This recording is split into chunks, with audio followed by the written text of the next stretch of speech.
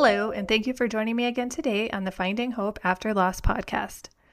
If you're new around here, this is a podcast where we share stories of infertility and pregnancy and infant loss, along with grief and finding hope after going through these heartbreaking events. Today, I'm joined by Amy, who's a mom of 7 children, 5 here on earth and 2 in heaven, and someone whose faith has carried her through unimaginable heartbreak. In this episode, she shares the story of her daughter Maria, the pregnancy complications that changed everything, and what she's learned about navigating grief and finding support from others who truly understand what it's like to go through loss. Hello, everyone. Today I am here with Amy. Amy, do you mind telling us a little about yourself? Hello, I live in Iowa. We have 7 children, 5 on earth and 2 in heaven. And we homeschool. And so I have been doing that ever since the beginning. And my husband and I have been married for 13 years. Do you like homeschooling? We do. And it has like its ups and downs. That I really do like it. It allows for just a lot more family time. And that, especially, I would say, after our losses, has become a lot more important to us. So it's, it, like I said, hard days sometimes, but it's so beneficial. So, Do you mind telling us a little about your last story? yes. And so I like to kind of start off with our 5th pregnancy because I kind of, in a way, I feel like it correlates to my losses, and I'll explain that a little bit later. But and all of our pregnancy though, every time we've conceived, it has, I don't know why, I just have to say it's in God's hands, and he has always just allowed us to get pregnant on the first time every time, which is amazing. So like I said, 1st through 4th pregnancy all went really well. Our 5th pregnancy, I did have a subchorionic hematoma with that one, and I did bleed at 10 weeks with that baby. And then thankfully I was cleared. It went away and carried on like normal, and that birth and everything went well. And then we had an early miscarriage at 4 weeks in 2025.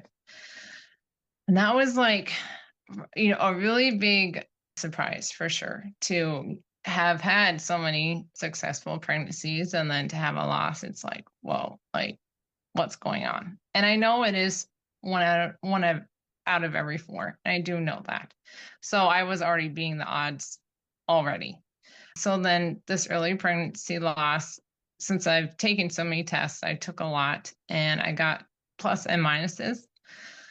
And so then right away, I just said, okay, let me go get my HCG tested. And I did, and it came back at 15. So then I already kind of knew this baby was not going to make it. But I still held on to hope, of course. And then 2 days later, I started to bleed. And then I just knew, like, that was unfortunately going to be the end. And then 2 months later, I found out that I was pregnant on Easter, or we call it Pashka, at the church we go to. So, and that was the day after our anniversary. And I was still pretty nervous and I think a lot of people don't realize this, or maybe they would agree or disagree, I don't know. But with my early loss, I was so nervous the whole time with this other pregnancy, because I feel like once you have one loss, no matter how far along you were, you just know it can happen. And so once you know it can happen, it's like you're on a radar the whole time, almost expecting, or hopefully not expecting, but wondering if it's going to happen again. And so once I got past like the 4 weeks, I thought I could breathe a little bit. And I did. I had that relief, like, okay, we made it past like when I had this first early loss. And then at 10 weeks, I had just a gush of bleeding, lots of bleeding. So I hope I'm not giving too much details or anything. But anyway, yes, I stood up and I could feel it. And I thought, oh no. So instantly my heart, I was really scared, because this time it was bright red bleeding. So in my 5th pregnancy, I had dark brown bleeding. So I knew this was different instantly. Thankfully, got an ultrasound that day, and I saw her, or at that time, I guess I didn't really know. I had a feeling the baby was a girl, but anyway, I saw her moving right away on the screen. Her heart was beating, and I just said, "Thank you, Jesus." And I was about to cry because, I knew at that point she was, still moving around. So then the bleeding lasted for about a week, and then at 14 weeks, bleeding again. And then I think it was during that week of the second round of bleeding is when we found out we had I found out I had two subchorionic hematomas or hemorrhages. And I can't remember if we knew at that point they were on the placenta or not yet. And then at 21 weeks, I started bleeding again. And I want to say at this point, I feel like we did know the hemorrhages were on the placenta. And sorry, I'm just realizing I forgot another detail. So 20-week ultrasound, they told me there's possible fluid around her heart. And at that point, up until this 20-week mark, I was seeing a midwife. The plan was to have home birth with this pregnancy. And then at that 20-week mark, my midwife said, "I'm sorry, just can't be under our care anymore because we aren't sure what's going on, but you need to go see maternal fetal medicine." So I did that. And then, like I said, and then at 21 weeks, I started to bleed again. And the maternal fetal medicine, because we got an ultrasound like right around this point, said, "Your baby looks great, your placenta does not." And we could see on the ultrasound, all these, it looked like snowflakes everywhere. And he said that's all blood in there. The good news was no fluid around the heart. And that day when we walked out of that ultrasound, we decided on her name, which is Maria. And she is named after Mother Mary because Maria in Latin is Mary. And so we went with, like I said, that then we chose her name. And then at 22 and a half weeks sorry, So I'm walking all over my words, stumbling. Hopefully it won't anymore. But okay, 22 and a half weeks, I felt this really strong contraction, but it felt really different than one that I've never felt before. And my stomach got really, really hot. And I just thought, oh, okay, this doesn't seem okay. Like something is not right. And I stand up, and within 30 seconds, I filled a whole pad of blood. So then I thought, okay, I need to go in. So I went in and got checked. And I was on the monitor, and the nurse said, "Okay, she looks good. She's sounding really good. You can just go home." And she also asked me if I thought my water broke. And I said, "I don't know. I'm bleeding. Like, how can I tell?" And then 2 nights later, again, I stand up and I fill a pad within 30 seconds. So I go back in to get monitored again. And at this point, the nurse said I can go drive to a hospital that has a NICU and go get an ultrasound that night. And that was an hour away. Or she said, you can go home and come back on Tuesday, because I went in on a Sunday night the second time, or Sunday morning at 3 a.m. So anyway, I decided to drive back home. And then Monday was Labor Day.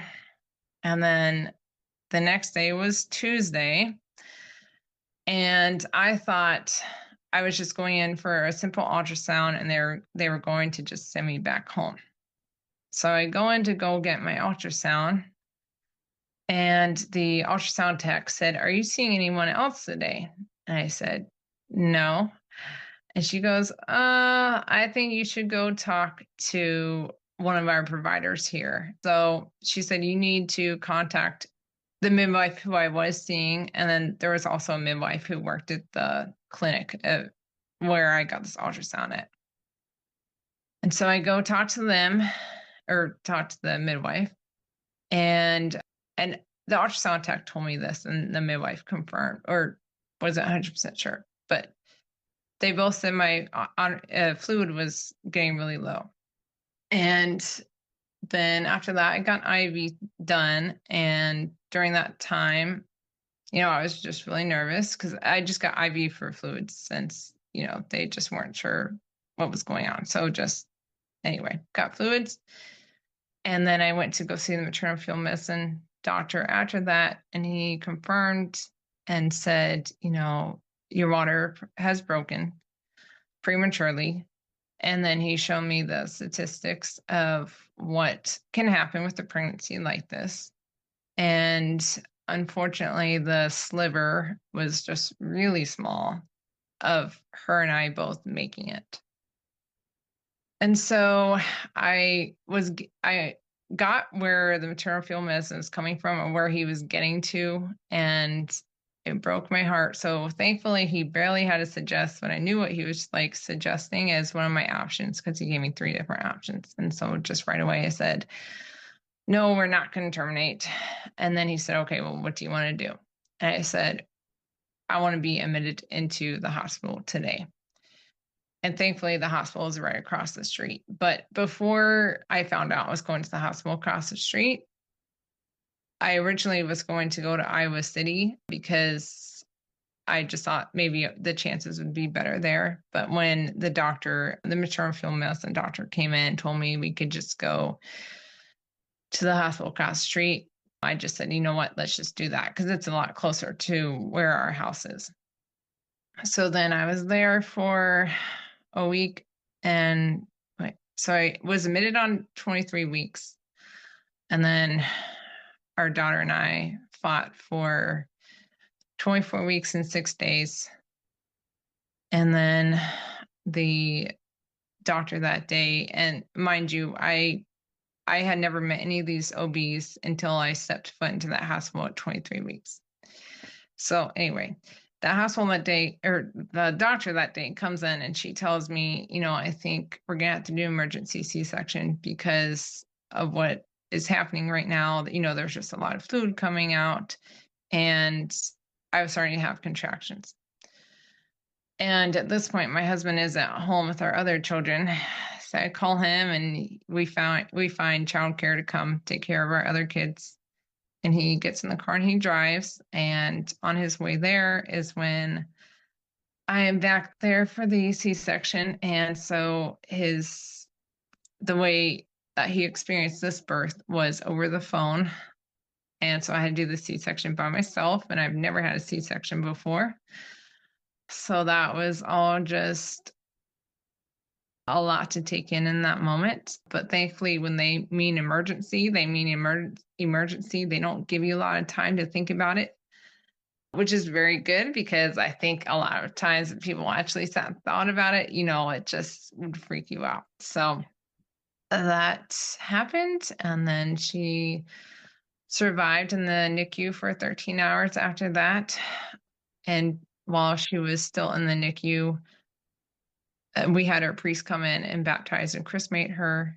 And that was the only time that she was okay and not under high alert.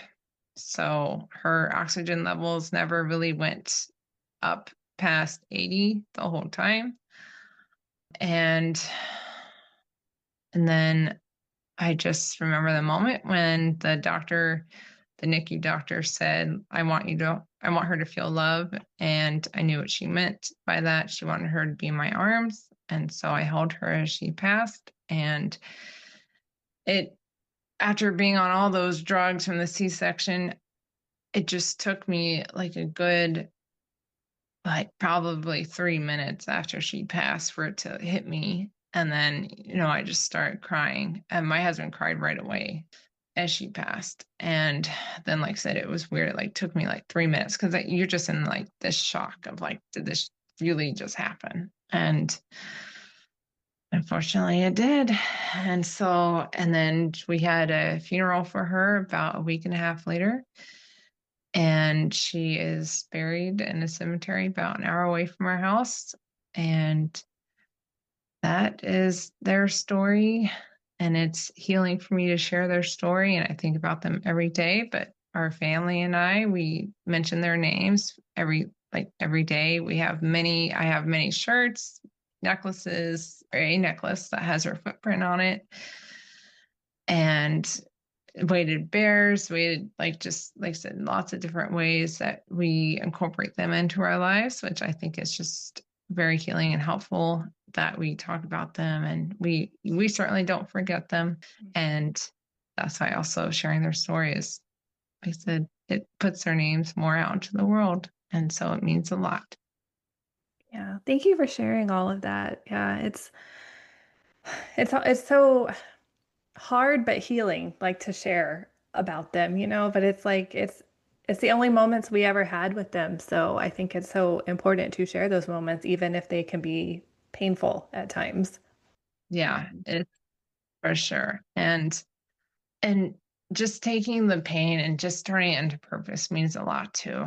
And I know at first a lot of people have a hard time being around other pregnant people. And actually, a good friend of mine was pregnant at the same time, and so it was a little bit difficult to navigate that. But then now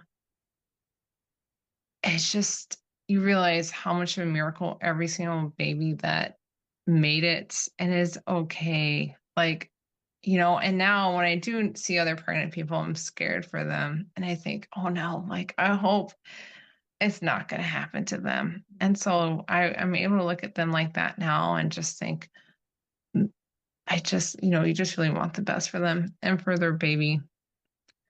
And we certainly wish we could stop loss, that we would, nobody else had experienced this. And I think it's heartbreaking to know that it's going to keep on happening. And I think that also a really big thing I had to take away was that it wasn't, or I don't think it was my fault per se. And well, because nobody would choose this. And now I will get into how the fifth pregnancy or early miscarriage and what happened to our daughter Maria, how I think they're all connected. I've been doing something called the Creighton model. I don't know if you're familiar with that or not. No. Okay. No, not So familiar.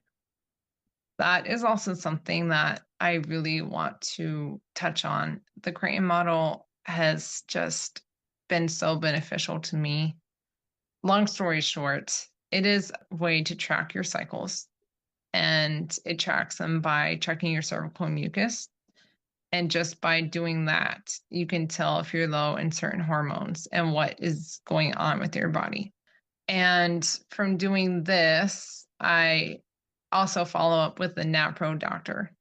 And this NAPRO doctor said, I wonder if there was an issue with implantation with our fifth pregnancy, our miscarriage, and what happened with Maria.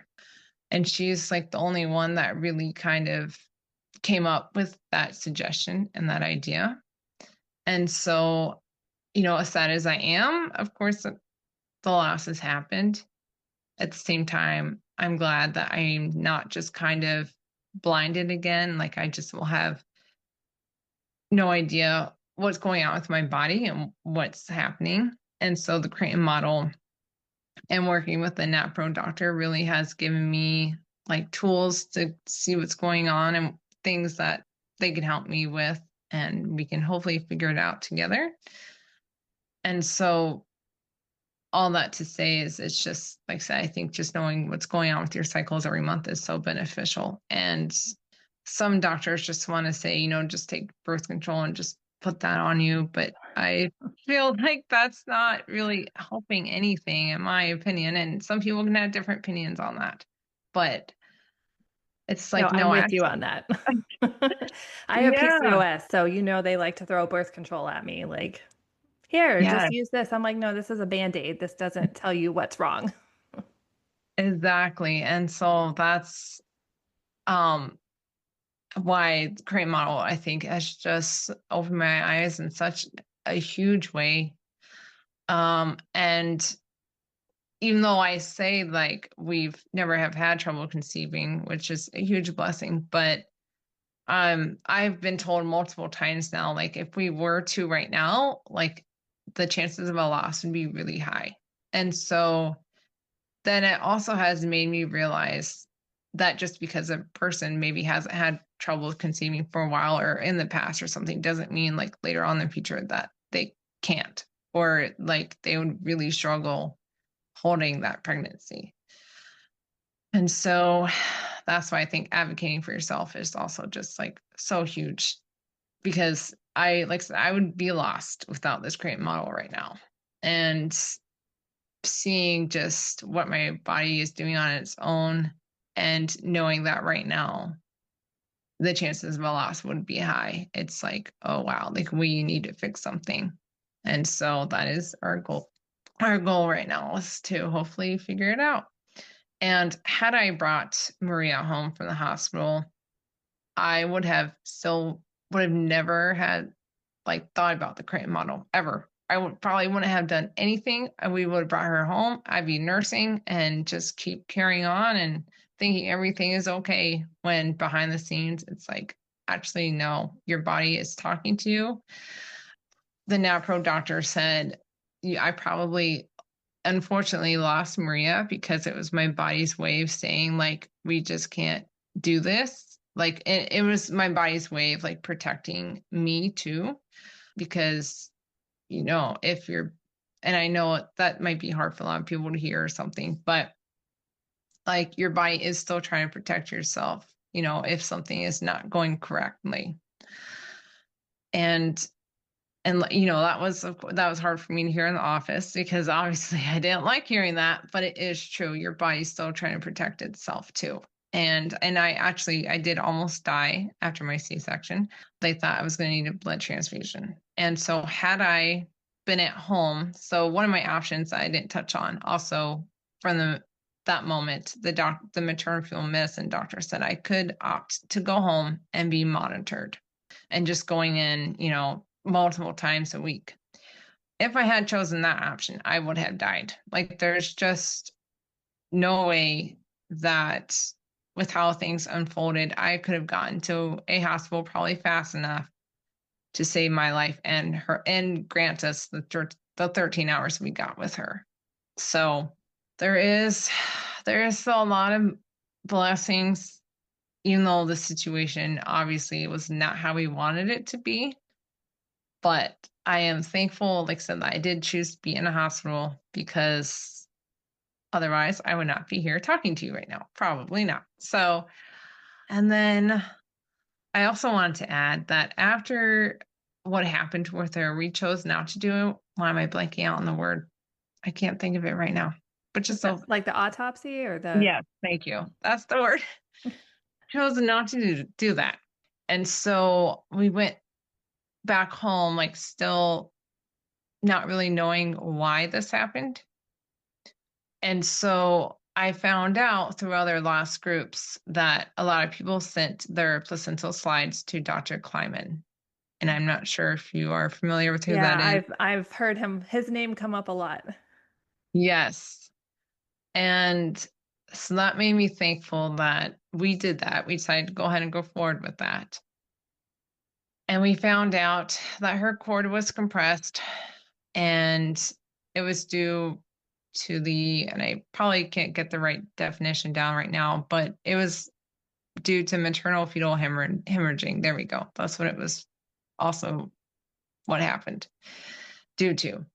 And so the maternal fetal medicine told us that, and I also assumed that due to low amniotic fluid, obviously there's not a lot of room for the baby to move around in there. And so that can lead to cord compression, but there is no way for them to pre-diagnose that before it happens. And so, of course, I don't know since I'm assuming my water broke around that 22 and a half week mark.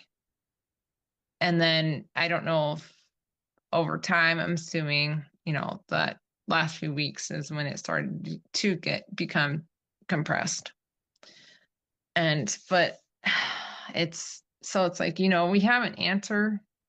Obviously, of course, not the answers we want, but then it helps us to be more proactive for next time and what to look out for, and hopefully no bleeding next time and all those things. We have went and talked to the maternal fetal medicine. This was just last month that we talked to him, and we've come up with a plan for the next pregnancy. And so that was just really healing, I think, and just knowing that there's a plan for next time. And again, I'm just not going to anything blindly. I think it's just really helpful. So, I feel like I'm doing all the things I can in my control right now to hopefully prevent this from happening next time. And I do know that you can do all the right steps and things can still not turn out as we hope for. And I do know that. But at least I am doing everything I can in my own control and to hopefully prevent that. Yeah, I feel like, one of the things, as someone who likes to be in control of everything, you know, loss and I mean, it's something you are just absolutely out of control. You have zero control over what happens. So, like you, after loss, I wanted to try to like regain some of that control. And I feel like, like what you're doing and like learning about what's going on, making a plan, like that's our way of like trying to take that control back. Yes, absolutely. Yeah. And I never, and I, no, I mean, none of us ever think, we will have to look so deep into this, our fertility and all these other things and all these other factors. Because, for us, it was just like, okay, like we're pregnant, like, and we just carried on. And then now it's like after the losses, I mean, just everything, your whole mind, like mind alters and just everything, your mind shifts. And you just think, oh, like what can I do? And I just never thought I would be on this journey of like, I don't, I don't know if they would say I would be dealing with infertility right now, but I mean, probably since they said my hormones are not where they should be and what's going on with my body. So it's just all of it is, I don't even know how to describe all of it feels like because now I'm almost feeling like it's just really hard to grasp even all of that. It's a lot to go from a loss and being like, okay, never mind, your body's not where it should be, but we have to try to get to where it can be. And it's after so many pregnancies, you just think, oh, I'm gonna just be able to keep going on and everything's gonna be okay. And it's like, nope, not not even close to being okay. Yeah, it's like your life just looks nothing like what you pictured it was going to be. I mean, like, yeah, you should have a baby that you're nursing right now, not, going to the doctor trying to find answers for why. And, it just completely changes our picture of what our life is supposed to be. It really does. It changes it a lot. But one big thing that has helped us tremendously is honestly going to church has helped a lot. And just knowing that we're going to see them again in heaven, that this isn't the end, I think that just helps me to go forward. And like I said, seeing their name, hearing their name, knowing other people are thinking of them, thinking about me, like all of those things just it's what helps to get me through. I've donated some bears to hospitals and clinics for moms that are going through a loss because I didn't get to go home with a teddy bear or something I could hold. And I think being postpartum from a C-section and not being able to really lift, hold, I had to have people help me to get up to like go use the restroom and, help me to get up from getting off the couch. It's just and you're just sitting there thinking, I should just, like you said, I should be nursing a baby right now. And I'm healing from, in my opinion, the worst birth possible. It's just awful. And then I couldn't pick up our 2-year-old, or at that point, I think she was 18 months. Anyway, I couldn't really hold her. She couldn't really go on my lap. And so that was just so tough. And I did not enjoy that at all. But, every single day that we get through, I think it's just a big achievement in itself. And knowing we're not walking this path alone, and also knowing that this world isn't how it's supposed to be. Death was not supposed to happen until sin came into the world. And I think, and that also helped me too, to know that like it really, this isn't my fault. It's not any of our fault as to why we had our loss. Unfortunately, it's due to sin ultimately. But then Jesus has come to conquer that, and he has overcome that. And so I think, like I said, that just helps me so much. And at first, after the funeral, I thought maybe I don't know if I can go back to church for a little while because this is where the funeral was. But then going back the first few weeks, it did. I just realized how healing that was. Well, is there anything else that you'd like to share or add about anything? Yes. So for those who are faced with a diagnosis that their baby won't make it and they still want to choose life and carry on the pregnancy, there is an organization called Be Not Afraid. And this organization will come alongside mothers who, like I said, still want to carry on with the pregnancy. And people, I believe, will come and travel to the delivery rooms to be with the moms. And the moms that will come and be there for these mothers I think a lot of them have had similar situations. And so it's just to be supportive of these moms.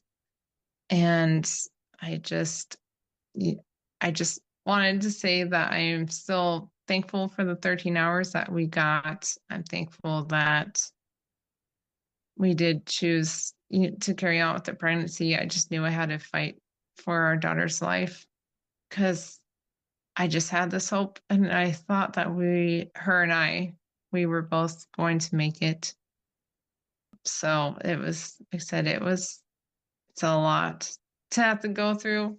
But I think honestly, I just have learned any second or moment that you can have. And I know there's, moms on here that have shared, and I believe your story too, that, that moms who have had stillbirths and don't get any time.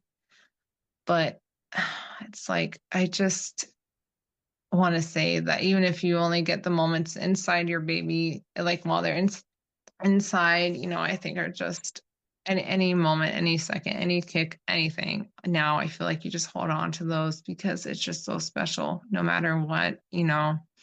And I would say also maybe to like record your baby's heartbeat because I never did. And I think I would love to go back and hear that. Me too. That's one of Especially, my regrets. I just yeah, didn't know. I know you don't know.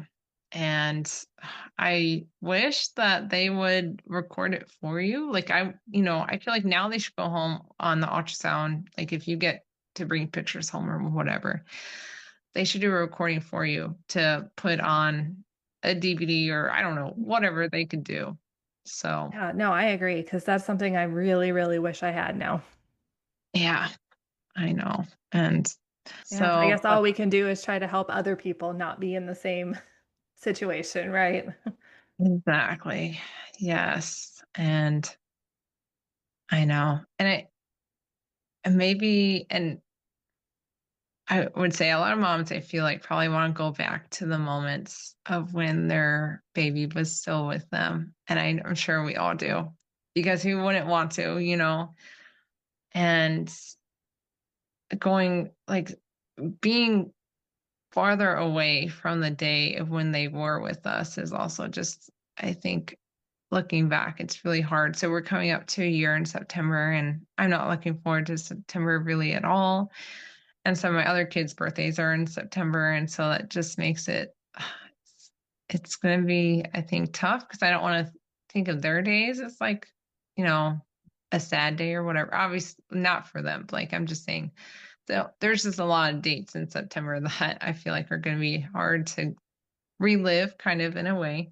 It's actually one of our kids' birthdays is on the same day as Maria was born, and so it's That's complicated. trying to see how I'm going to balance that out. But then again, it's whenever I go to the cemetery, sorry, I'm kind of jumping around here, but when I go to the cemetery, there's of course times when I cry, but then I also I just want to stay there because I know that's where her body is. And so I just it's like I just don't even want to leave. It's like I just want to out there and sleep there. And some people might think so strange, but I could just stay there all day and not leave. But Um, I know I can't. I'd get in trouble if I slept there overnight, probably. yeah, like, oh, she's here again. No, just kidding.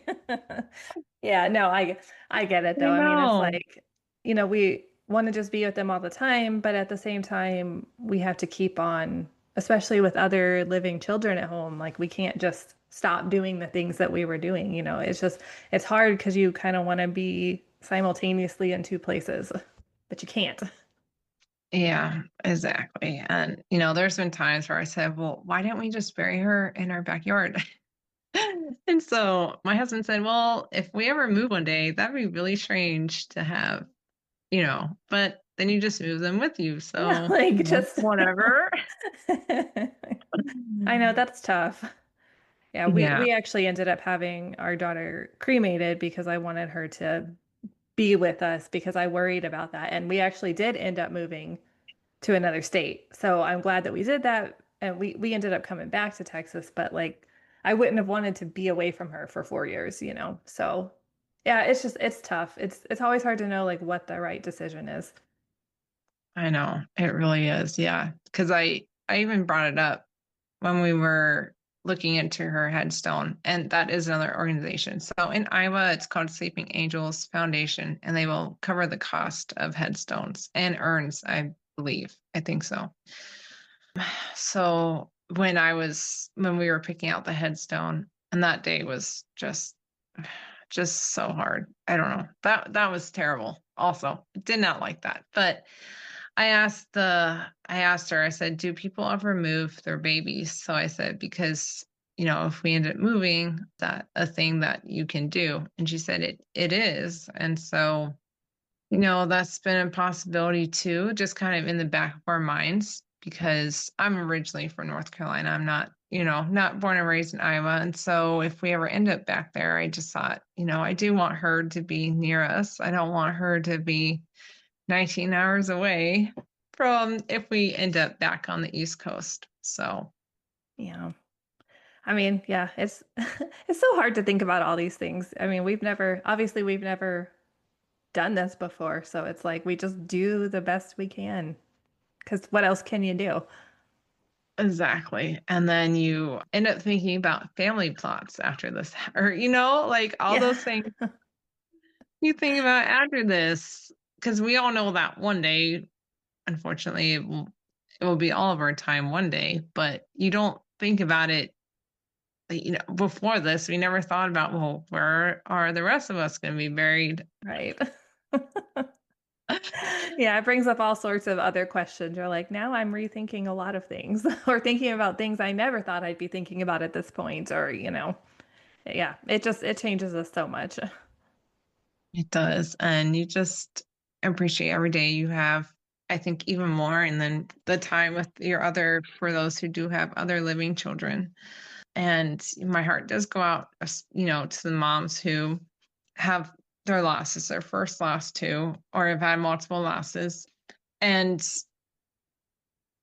so I'm saying, and I only got like a little sliver of that. And I say that because after a week and a half, I think after Maria passed, my husband's cousin took our kids for a few days. And that was I mean, just waking up to the silence was horrific. And so again, like I said, I'm not fully into the like knowing exactly what it'd be like, but I feel like I got a little taste of it.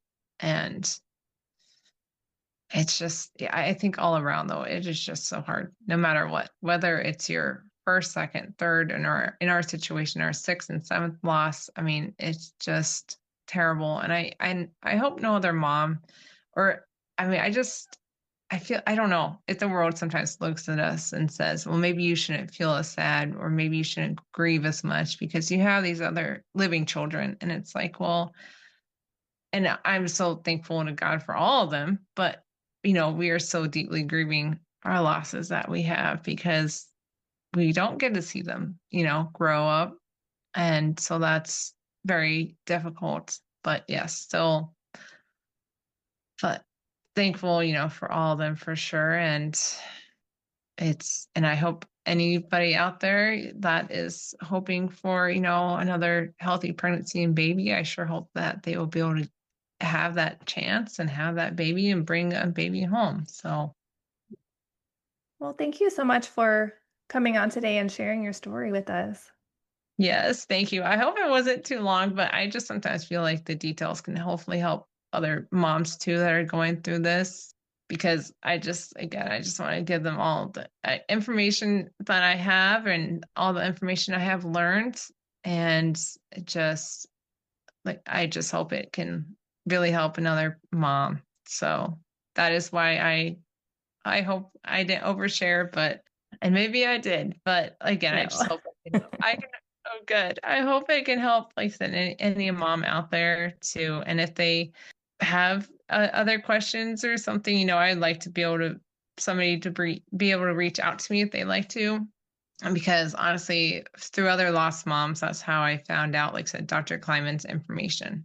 So, and other, just other sources and other lost groups. There is a lost group called Awakening Grace in Iowa, and then also there's No Foot Too Small. And then of course your traveling skirt, which is fantastic, that goes around and what you're doing. And then I know you had on Brittany from Loving Lily Foundation as well. So I just, want to get all their names out there and know and tell other lost parents that these groups are for anyone all over. It's not just the two that are named in Iowa. It's not just for people who live in Iowa. It's for, people from all around the world. Thank you so much, Amy, for sharing your story with us. It's conversations like this that remind us that every baby's life matters. Every family's grief deserves to be acknowledged, and that hope can exist alongside heartbreak. If this episode resonated with you, please consider following or leaving a review on Apple or Spotify. It's one of the best ways to help other parents who are navigating infertility and loss to discover these conversations. Thank you so much for tuning in, and remember, we are all in this together.